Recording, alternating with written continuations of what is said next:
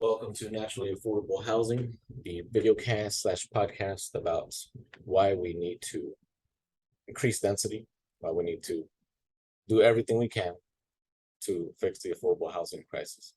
And I say density because that's the topic of today.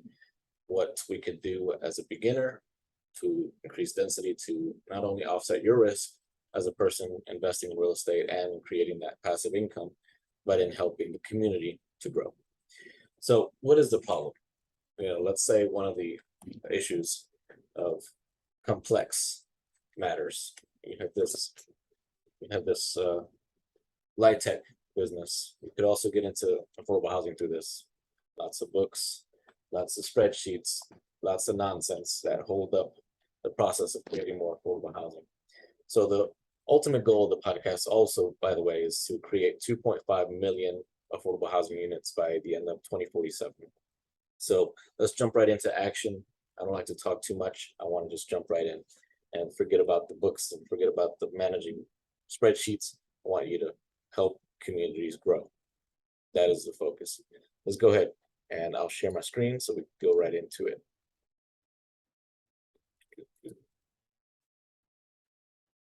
All right. So let's say we have two properties.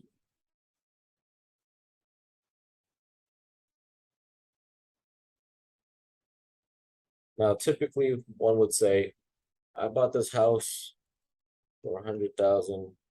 I want to go ahead and be a part of the affordable housing equation. So let me buy another property. So let's go ahead and buy another one. And for an investment loan, you're going to pay 20% down. So 20,000. Now, here's mistake number one. This needs to be gone away. And the reason for this is your mortgage is probably at least going to be, let's just give it a ballpark after taxes and insurance, $900 a month. You're going to rent it, try to make a profit at $1,500 a month, which in Atlanta is pretty hard to find. So that's technically affordable here in most areas. To make $600 a month, which is not that great, especially if something breaks down. And why you have to have it around here is, let's say you rented it at 1,100. Let's say you're feeling very generous.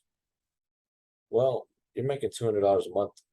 You're making profit of something ridiculous like $2,400 a year, which wouldn't even cover half of an HVAC system if it goes out, which is like $5,000. All right, so this is all sorts of risky. It's bad news. Let's go back to A. If you have an existing property and it has a sloped lot towards the back, you're more than likely going to have space for a little basement studio. So you can still live on top. Let's say 3 people. You got 2 people down here, like a couple living in a studio. And you got money coming in. Let's say you even charge them as cheap as $600 a month. You don't have to charge them $1,500 anymore because your risk level is so much more or less. You're building on an existing property, which I haven't even gone into that yet. For me, my average for renovating a basement is 20 to 30,000. And now I know, of course, I have access to contractors that I've worked with for years. Thereby, I have a drastically smaller price than most. But you could build up to this. You develop enough contacts, you network with enough people, you could make that happen, especially as a beginner. So what would go into this 20, 30,000? Let's just break it down roughly. Let's say 5K goes to rerouting plumbing, maybe adding a sump pump to divert water from the basement up to the main drain and out the house. Let's say you have 5K towards fixtures. And when I say fixtures, I'm getting a very high level description of things that would like go in a bathroom. Let's say shower panels or the actual water fixtures that go into those water, the shower panel. You got toilet, then you got, this is kind of the bigger cost. 10K on the drywall.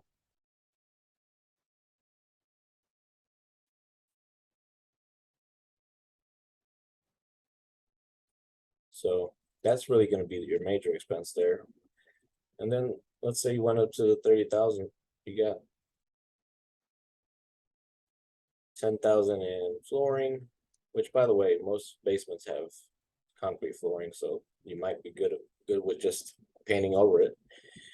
You got paint to the walls, and you got other little aesthetics things. So that's where roughly the 30,000 could come from. So you see how you spent almost the same amount as buying an entire separate property, but your risk is much more lower because you know you don't have a total debt of 100,000, which by the way, after 30 years is more than likely like 200,000 because banks make their money. Best believe they do, which could be a different topic entirely. Did you know that each bank, for every dollar you put in, they make on average 400% back on that dollar? So yeah, that's a whole topic. So 100,000 to 200,000. You know, your risk on using an existing property is 20 to 30% of that total cost. Actually, even lower than that, 10 to 20% of the total 200,000. So you see how density is that much more critical now. We could now charge lesser rents, still make a profit, and you're not losing your mind about, let's say, an HVAC system going out, or raising rent to $900 a month because you need to cover some extra expenses for that year. So that's kind of the numbers aspect. Let's go ahead and jump into the regulations. So for ordinances, the occupancy average here in Metro Atlanta has been up to 6 people for a standard single family home. So again, if you use 3 and 2 on the bottom, you're under that 6 mark. Technically, if you added a 2-bedroom down here or 1-bedroom, you could make that 3. So that's kind of something to look out for. Of course, you want to look out for permits. What's the requirements for permits for City of Atlanta? If you spend over $2,500 on any renovation, you have to automatically apply for a permit. And there could also be other things involved. So let's say, when I say other things involved, let's say you're not building on your existing basement, but you're building on, let's say, a carriage house, which is in the back. Now we're talking about a separate accessory dwelling unit. So this is more than likely going to involve more community support or zoning department to be involved. So those are things to keep an eye out for. But hey, you should be fighting for this. Where else could you get an investment like this? Which, by the way, let's look up the numbers on this.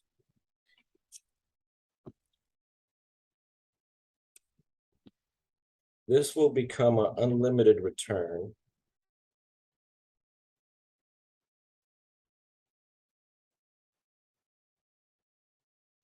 in 50 months, which is 4.16 years. So at this point, you're destroying the stock market. You're creating $7,200 extra per month or per year. And I'm not even going into the $900 a month. Like, this is ridiculous. Like, there's no reason everybody shouldn't be doing this. It's good for your family. It's good for your inheritance for your family. Even if you don't like your kids, you give it to your cousin or whatever.